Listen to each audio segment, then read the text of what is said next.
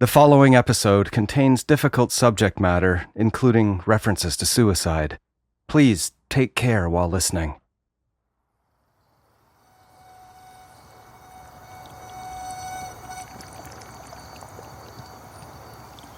You say that you were punched in the face. Was there any other altercation physical? Like, were there any scratches or marks on your body from the interaction you had?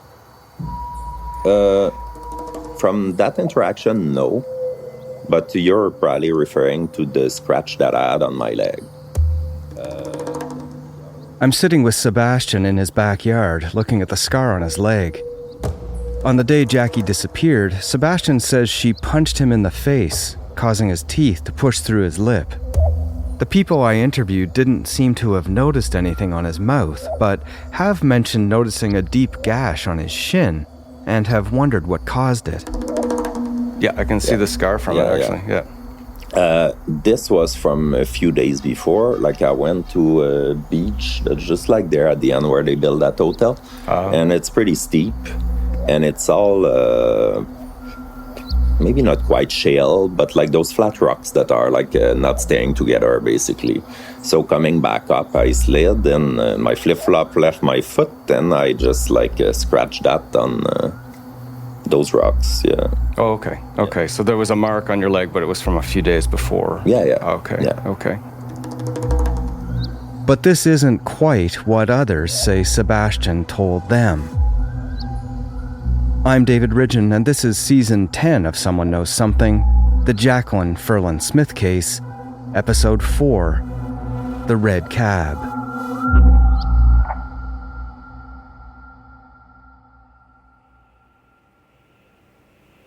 No estamos tratando de conseguir el expediente de Jaclyn. Los padres están tratando de tener acceso al expediente. ¿Y cómo consigo yo ese archivo entonces, Carmen? Her parents are trying to get access to Jaclyn's file. My CBC colleague María José Burgos is very persistent. She's talking to Carmen Ivania Pizarro, the lead prosecutor in Jackie's case. Ahorita, tiene una resolución, pero... The prosecutor says we're supposed to go through the press office and that everything is private. It's been this way for several months, trying to get the investigative file into Jackie's case. 1 step forward, 3 back, then sideways. We need it to learn what the OIJ did or didn't do in Jackie's case. We do know that their investigation ended in 2022 and that the file we want is archived at the criminal court. We also know that despite my FOI request, Abbotsford police have sent us nothing. And our CMP didn't investigate, they say, and tell me it's all up to the OIJ. ¿Se acuerda que yo le dije que en Centroamérica correo electrónico es nulo? We email where we are supposed to email and call where we are supposed to call and get mostly no responses or bafflement. But our arguments are consistent. If you weren't investigating what happened to Jackie and the case is archived and the family wants it, then give it to us. ¿Y sabe con quién me puedo comunicar en el juzgado penal? So we ask again who to connect with at the court. Hay una compañera, la coordinadora que se llama Karina, que es la que tiene a cargo el correo, creo. Karina. And Carmen Ivania directs us to go to someone else named Karina. So I help Gordon and Colleen draft an email for her. Yeah. Now, I think you're going to have to send a new email. So let's just do it new here. Yeah. Let's do it new, and I'll just dictate what to write in there. Oh, down below here. Or at the, somewhere here. Click there and push forward. Oh, yeah. Oh, okay. Yeah. And that's right. And almost as if miracles existed, a bit of daylight. Karina says she's not the one whose job it is to get us the file, but that she will help us because if it was her daughter lost, she'd want someone to help her. Okay. Está bien. Ya el juez resolvió y en cualquier momento le estaría... The Costa Rican courts email Gordon and Colleen the investigative file into Jackie's case, and we translate it. It's the first time Gordon and Colleen have been given any details about the investigation into their daughter's disappearance. Yeah. Okay, well, thank you. Okay. Thanks for helping us. Okay, I'll talk to you later. But will this information hold any answers for them in its 90-something pages of submissions from police and prosecutors? In the searches, the what was found and the what was said that are outlined here, will I find inconsistencies? And can we talk to the officer who wrote most of it, Ulysses Guevara? Estoy leyendo dos artículos que Ulises Guevara fue detenido. The short answer is unfortunately no. ¿Correcto? Él fue detenido en diciembre, el 16 de diciembre del 2024. ¿Correcto? We've discovered that investigator Guevara was arrested by his own colleagues at the OIJ not long after I called him in December of 2024. He was arrested for allegedly extorting people. Pay up or you're guilty of a crime. I don't know if he did anything illegal or untoward on Jackie's case, but being handcuffed does make it difficult to find out.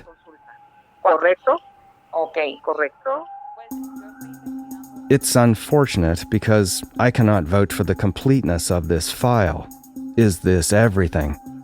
I'm also starting to find a series of inconsistencies in what I'm hearing in interviews and seeing in the file. So I need to verify as much as I can with investigators who were there.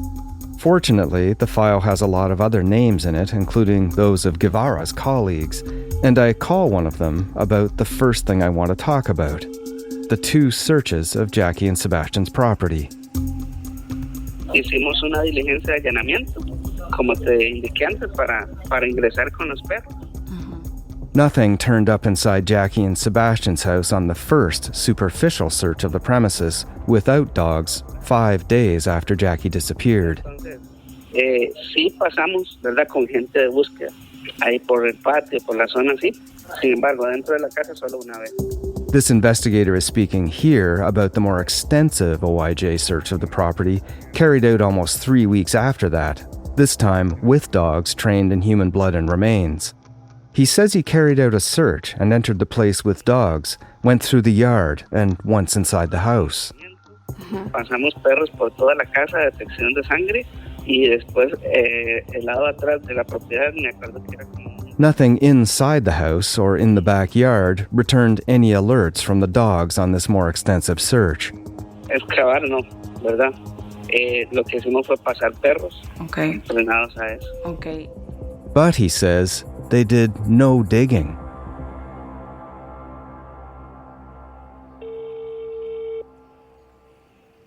Y ustedes no excavaron tampoco. No, nosotros no excavamos. A second investigator named Luis Fernando Vidal concurs, saying that it's because the dogs did not alert outside that the OIJ did no digging at Sebastian and Jackie's property. So they dug here? They dug up the back? They have to dig everything. Sebastian initially tells me that the cops cleared him. Because they dug everywhere. Because cops, obviously, they see like freshly moved dirt, like which is a garden. Partly by digging up his garden, digging everywhere, and that's why his backyard is so wild now and why he was burning things in the period after Jackie disappeared. I point out to Sebastian that police say they never dug on his property, and he then says that it was the Open Group, or fake police as he calls them, who did the actual digging. Open is the non-profit search group who were called in to help look for Jackie, but they are not affiliated with police, so suffice to say, Open can't clear anyone of anything. According to Oldemar Silas, search coordinator for Open, OIJ did suggest some locations that Open might look, such as the cliffs nearby. Open used pickaxes mostly and didn't dig, Silas says, so much as they would sweep the surface in areas that looked disturbed. No, nosotros no excavamos. Lo que hicimos fue correr ramas para ver si hay excavación. And Open says they did not do this sweeping on Sebastian's backyard property, only on adjoining properties. They say that Sebastian wouldn't let them dig in his backyard. Y también buscaron dentro de la casa de Sebastián, en el jardín. Dentro de la casa no nos metimos nunca porque es una propiedad privada y él no autorizaba. Any of the work by Open on areas near Sebastian's backyard would have started almost 2 weeks after Jackie's disappearance. Recall that police did run their cadaver dogs through Sebastian's backyard and that the dogs didn't indicate on anything. But then there is the back seat in Jackie's Nissan that Alejandro the neighbor and Krista talked to me about. It's also mentioned in the file.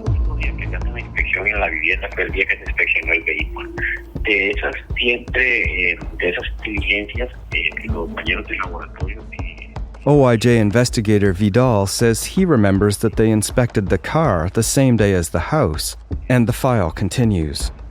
On September 6, 2021, a dog named Baco alerts to the presence of human blood odor on a spot in the back seat of the car.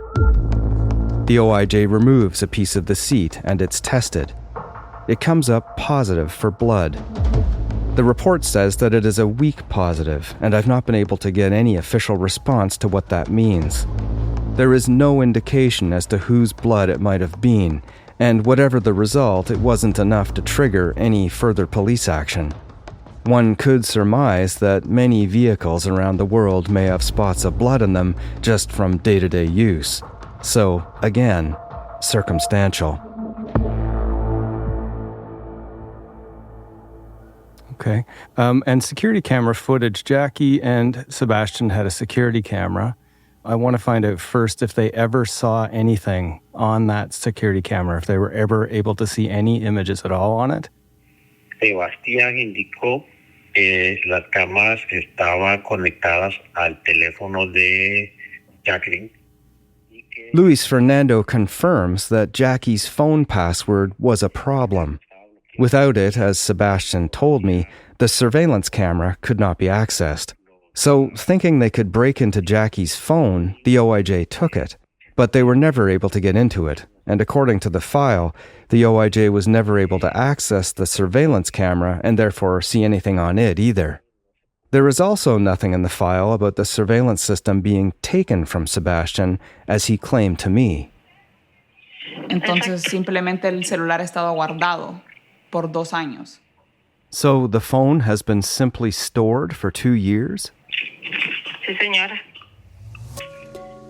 Jackie's phone has sat in storage since 2022 after Costa Rican authorities say they tried to break into it but were unsuccessful. After our call, Carmen, the prosecutor, says that an OIJ cybercrime unit has developed new tools to break phones and that they will try again. 3 years later, and only, it seems, after we ask. And another detail I notice in the file. Did Sebastian ever tell Luis at that time or any other time what he thought Jackie was wearing the night she disappeared? ¿Te mencionó Sebastián esa noche qué pensaba él que andaba puesto Jackie el día que desapareció? No, says Luis Fernando. We asked Sebastian what she was wearing, and he told us that he didn't remember because they had argued, and then he went to take a shower, and when he got out of the shower, Jackie was already gone. The police file says that Sebastian does not know what clothes Jackie was wearing when she left, as he was showering at the time. Yet a description of what Jackie was wearing that night did emerge somewhere around the end of August. Something else curious is that the physical fight, according to Sebastian, happened while he was taking a shower, not before and not after. Sebastian told OIJ they had an argument before she left, only on their second visit to him, which would have been 5 days after Jackie disappeared. When we asked one of the investigators about the punch in the face, they tell me they did remember hearing that story at some point from Sebastian. I don't know why the punch in the face would be omitted from the police reports. Something else not mentioned there, that scar on Sebastian's leg. The very first day that I met up with Sebastian, he had a very large gash going down his shin. I don't see mention of scars in the file, but the one on his leg has come up in a few interviews. Jackie's friend, Krista. And he told me that he had slipped while walking up a hill from Playa Penca, which is this beautiful beach near here. But it has a gravel hill, and it is slippery. I've fallen down the hill, so it was very believable to me that he could have slipped while going up the hill and cut his leg. The same story Sebastian tells me. But Gordon says he got a different story, that Sebastian got it while snorkeling. Did he say to you while snorkeling he got it? He said while snorkeling, and then another time he told us he slipped on the trail going down there and scraped it. Slipped going down the hill or slipped coming back up? Another variation of the story of Sebastian's scar comes from the eyewitness account of OIJ investigator Luis Fernando.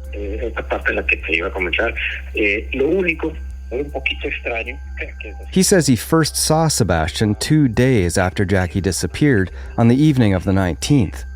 Unas heridas no profundas, visibles. That's actually the part I was going to mention. The only thing that seemed a little strange, out of the ordinary, was that Sebastian had some injuries, mainly on his legs. Not deep wounds, but visible. We asked him why he had those injuries on his legs, and I think, if I remember correctly, also on one of his hands. He told us that he liked to surf, in the ocean, and that he had a small accident with some rocks, that he had slipped and hit the rocks of the ocean with his legs, and the wounds were already starting to heal, not like from that same day. I ask about the scratches on the hand that Luis says he noticed.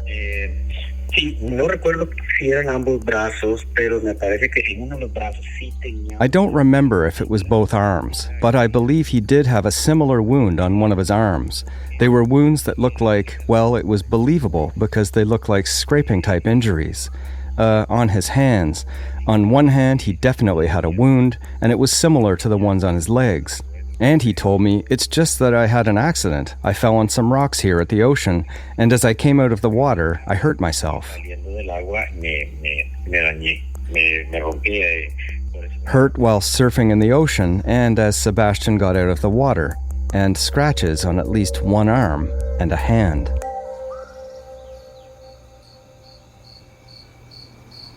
He talked more than he should. And I asked him what happened to his leg, right? I asked him why his leg was so fucked up. Travis, another Canadian expat in the area who owns a local restaurant. We are sitting next to a small pool at night. Every now and then, a large, light-colored bat swoops down over it and seems to skim a drink, but nobody comments on it. Travis says he spoke to Sebastian about a week after Jackie disappeared. Okay, so what did his leg look like? It looked like he fell off of a fucking motorcycle, right? Yeah, it looked, I've seen some motorcycle accidents, and it looked like, I've only ever seen him on a motorcycle, so I figured he fell off his motorcycle. So was it actively bleeding? Well, that's another question. I can't say whether it was actively bleeding. I just saw that his leg was fucked up and asked him what was going on. Was there a bandage on it? No. It was just, there was a sort of a bloody scar, or? Yeah, it was just side of his calf. Side of his calf was, fucked up. It wasn't my problem. I was just asking him if he fell off a motorcycle, and he said, no, a dog did it. And I'm like, okay, right, that's it. So he told you that a dog did it? He said that a dog took a run at him on the beach. Okay, so you asked the question, what the fuck did you do with your leg, or whatever? You said it that way. What the fuck? Yeah, what the fuck happened? Did you fall off your motorcycle? And you said it like I think that would be kind of funny. Yeah. Right, like him falling off his fucking motorcycle, right? Yeah, it's just like, all I remember is just like, no, dog did it, and I'm just like, okay, right? While snorkeling, while surfing, hurt on rocks in the ocean, and slipping going up the hill or going down the hill could arguably all be within the same realm of experience or translation or recall. A dog bite at the beach is a different matter. The scar I'm seeing doesn't look like a dog bite, but I'm no expert. Assuming everyone is telling me the truth, could their memories be so mixed that all of these explanations are put down to time or bad memory? Or is something else going on?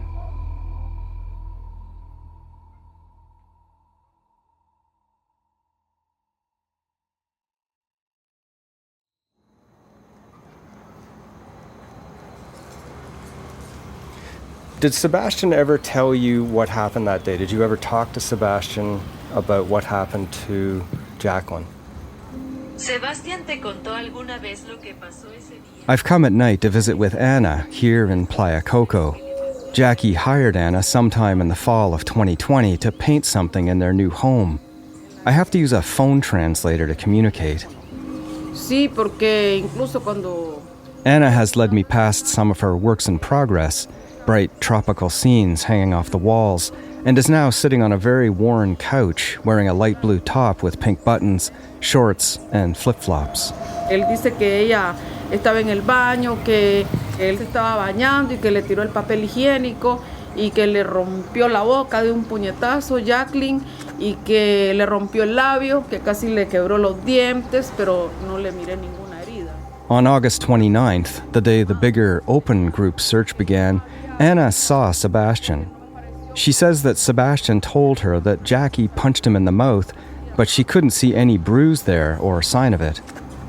Ni tampoco le miré inflamado, pero sí tenía You saw scratches? aruños en los antebrazos. On both arms? Que yo no había observado, pero Harold, mi esposo, sí los observó. Anna's husband, Harold, a tall and skinny construction worker with dark hair and a blue shirt and tan pants, has come to join us too. He was also at the search with Anna and saw Sebastian. They both say they noticed scratches on Sebastian's forearms. Oh, okay. Were you guys together on the day you went to see Sebastian and you noticed the scratches on his arms? ¿Dónde estaban los dos juntos cuando fuiste a ver a Sebastián y notaste lo que dices que eran rasguños en sus brazos? Estábamos aquí en Adicoco, que llegó esa famosa... So Sebastian came and he had a bruise. I saw a kind of bruise here. A bruise on his arm next to one of his tattoos. Y yo me noté que a la par, por donde tenía unos tatuajes, tenía unas marcas de rasguño. Harold says that as Sebastian talked to them, he would try to cover his arms and the scratches. He describes 3 elongated scratches on Sebastian's right arm, about 3 centimeters long. They were about a week old, he says, and healing.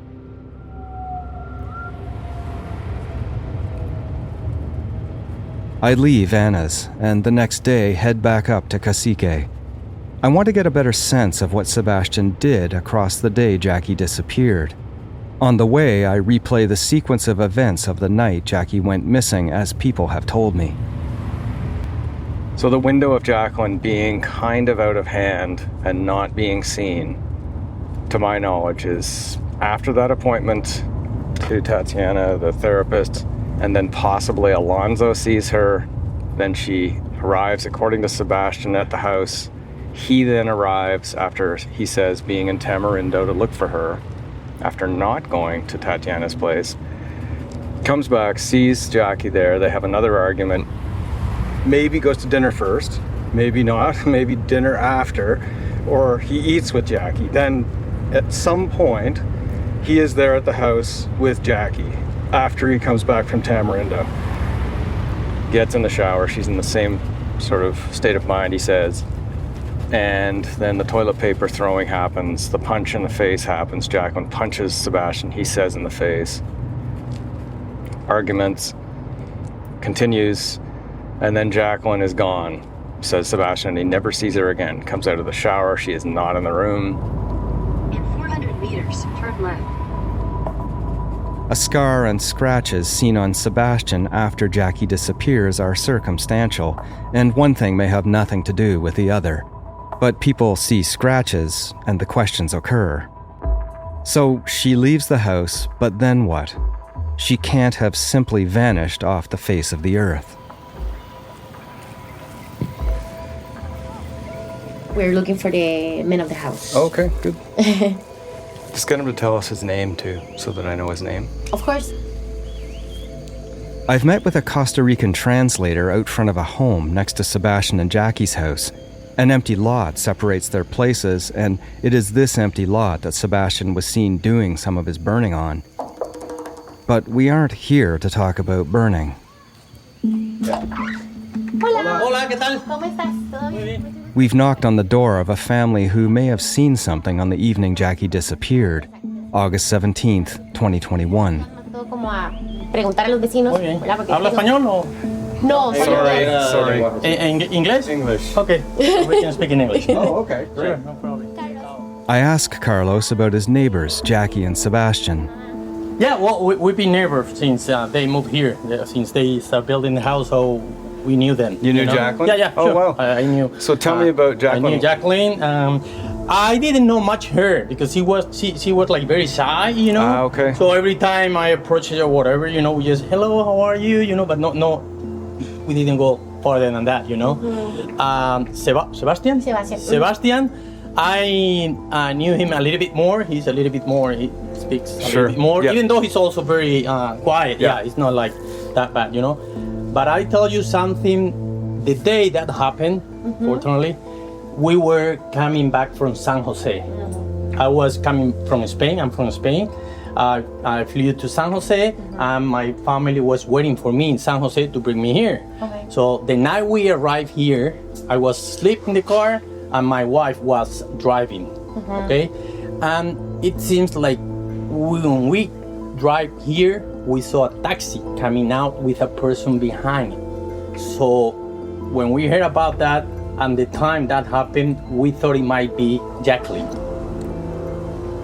So did she see Jaclyn? Not really. She saw a person behind, but Oro, ¿puedes venir un momentito? She'll tell you because I was asleep, so I'm not sure. Colleen and Gordon told me that when they spoke to Carlos's wife, named Oro, she couldn't be sure what she saw that night, and at one point she said to them that she thought it might have been a dream. Carlos also seems to be doubtful. He asks Oro to come to the door.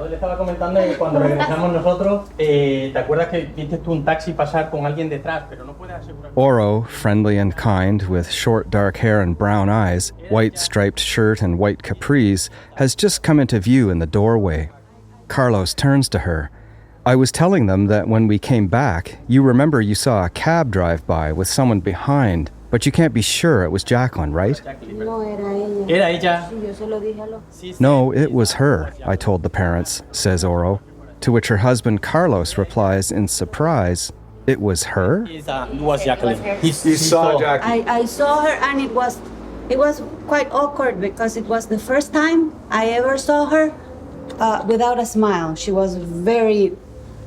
upset. Yes. And you're sure it was the same night she disappeared? We can check the passports. Where were we coming from? Anyway. We do check, and it was the same night of Jackie's disappearance. Carlos seems like he is hearing some of this for the first time. I remember because I saw her because it was around 8 at night. It was at night, and I saw the taxi, the red cab, and I thought to myself, that's weird, a cab at night on this area. That's not very common. That's why I checked. Of course. And we met each other right on the bump. Okay, just over here? Mm-hmm. Okay. Just here. On the with the hut, the security hut? The security. Yeah. I mean, that's what we both stopped, and that's when I glanced, and I just because I was curious, who's in there? Who is in there? Yeah. And I saw her, and she looked back at me, and she was very mad.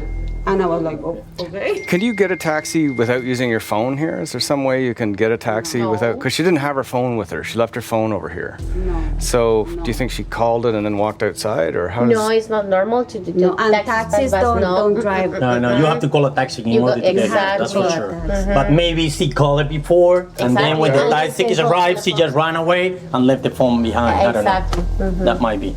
Because there is no way a taxi, hey, stop. No. Here it doesn't have a taxi. That's why I looked up because the cabs don't. It's not normal. No. And usually everyone who lives here has a car or something because you need it, to move around.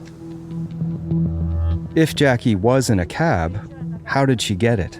She'd left her phone behind. Something that needs to be looked at more closely. Okay, and so nothing else. And then did you ever talk to Sebastian about any of this? Nobody asked me anything about Nobody came here to talk to us. Nobody. Police No, the have never police, talked to you? nothing. Never. In Costa Rica. Never. Nobody. The parents, her parents, Yes. they came over, and I told them. Okay. And they were like, "Are you sure? Are you sure?" And I was like, "Okay, let me check. Let me think about it." And then they came again, and I said, "Yes, I'm sure. I'm positive that I saw her." Okay. And it was at night. The time now. It was around 8:30. It was My night. memory is not. The person in the car was alone? She was like, she was alone? Yeah, she was on the back. by Okay, and herself. it was a red cab? Do It you know? was a red Did you cab. recognize the driver? No way. We have so many red It was a cabs. red cab. They're all red? Are they all They red? all red. Yeah, they all red. The Oh, okay. official one, they all red. They are ones are pirates, red. like an okay. official. But the official one. So it was an official. It was an official taxi. It was an official car. It was. So don't they have to record the records of? They should have. That's what I think? They should, but it's Costa Rica, so I doubt it. But they might. I don't know.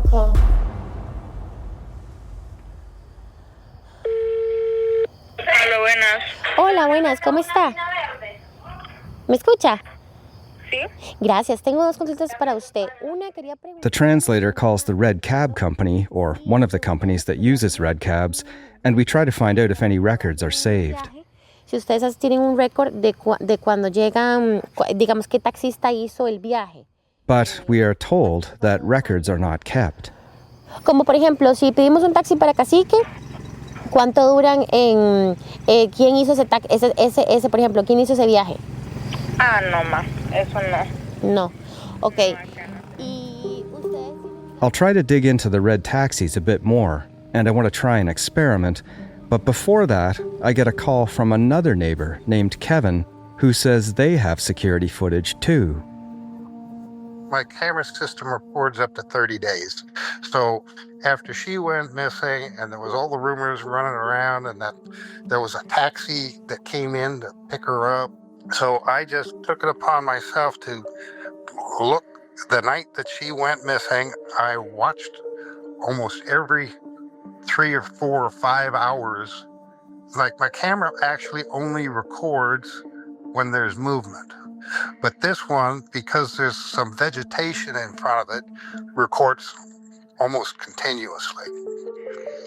Immediately after she went missing, within a day or two, I have cameras around my house, and my one camera, I can actually see where if she came out this way in a car or walking at night, I would have picked it up on my cameras. And I sat one time for 4 or 5 hours and watched every single minute on those cameras.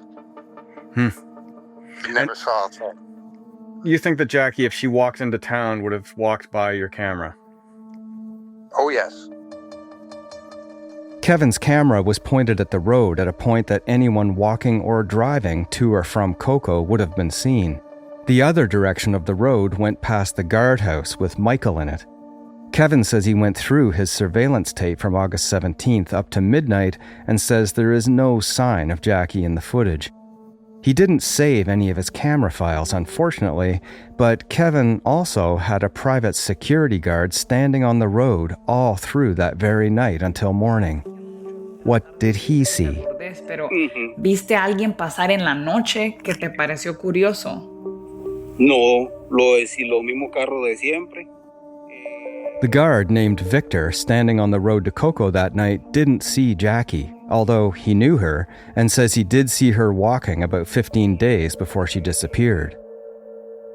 Eso sí, me recuerdo yo que él llegó tipo 1 de la mañana en una Vespa, que él tiene una moto. Sí. Nada más de lo que yo tengo. Victor also says that around 1 a.m. he saw Sebastian, but he cannot confirm 100% that this is the early morning of August 18th. Sebastian, he says, drives up on his scooter and stops close to the guard hut. At this point, Victor says it had become foggy. Sebastian appears to look out toward the ocean for a moment, then turns back the way he came toward his house. From where Sebastian stopped, one can't see much, and at night, nothing of the ocean or really of the town below. I asked Sebastian about this, and he said he was most likely looking for Jackie. Without the confirmation of timing, it's just another possible detail. Going on, Victor the guard says he didn't see any red cabs, and adds that red cabs don't like going that way because it is so steep. What this all means to me is that Jackie probably didn't walk to Coco, as she would have been seen by Kevin's guard Victor and Kevin's camera on one end and Michael the guard on the other. So if Jackie left the house that night, was it in the red cab seen by Oro, the neighbor? This time on my way up to the area where Sebastian and Jaclyn built their house. It's about 8 o'clock at night. This is about the time that supposedly Jaclyn left the house, and it's also the time that the neighbor says she was returning from the airport and saw Jaclyn in the back of a red taxi looking upset. And so I'm just going to try to test whether or not something like that could be seen. So I'm trying to figure out exactly how somebody might see into the back of a car, but it is the same level of darkness right now.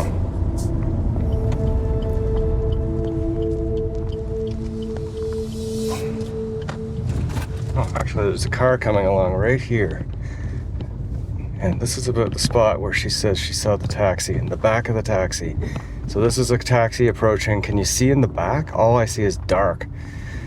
There's absolutely no way somebody could see in the back of a car. Here's another vehicle coming. It's having a motorcycle, but I can't even see who's riding the motorcycle.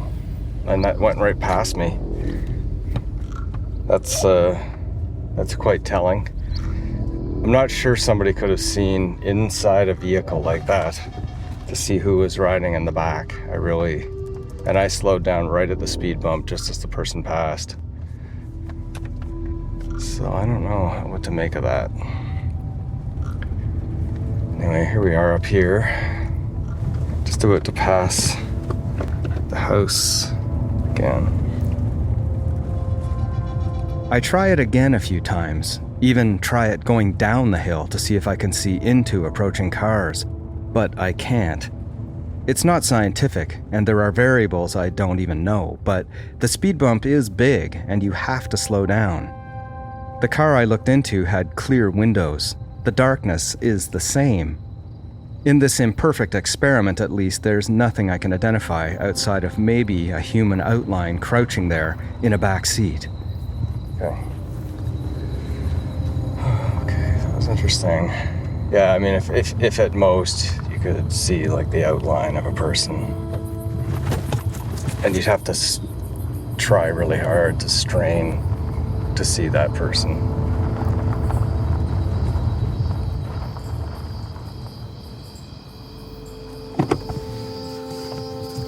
I was going to do some ambience here.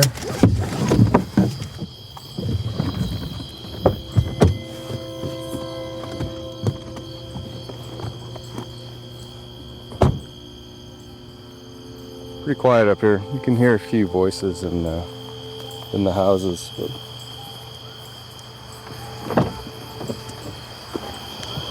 pretty quiet.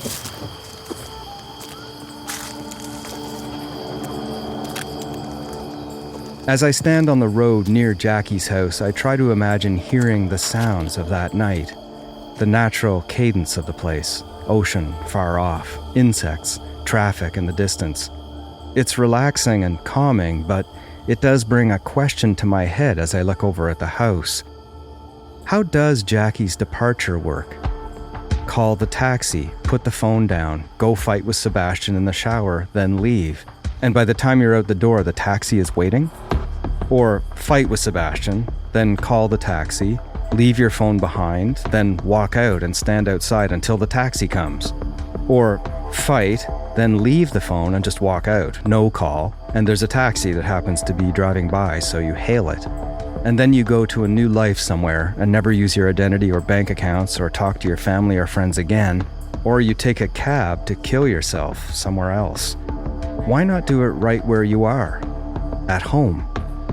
I don't know. I'll try to talk to some taxi drivers, including one I've heard some local stories about. Maybe they heard something. And I'll try to track down the people who Sebastian says saw Jackie after she left the house.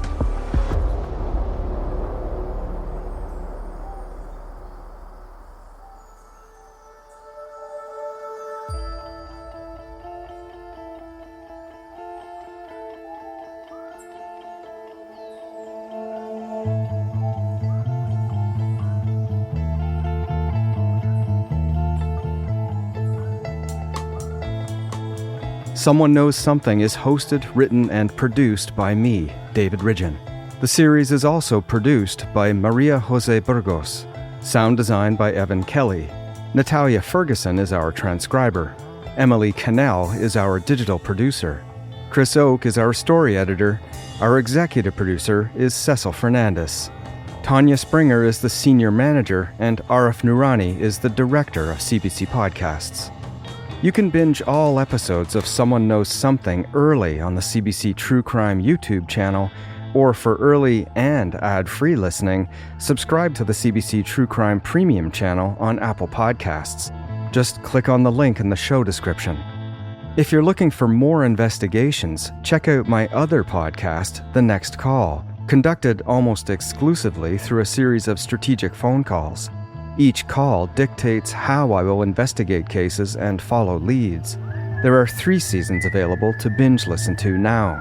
Find The Next Call wherever you get your podcasts.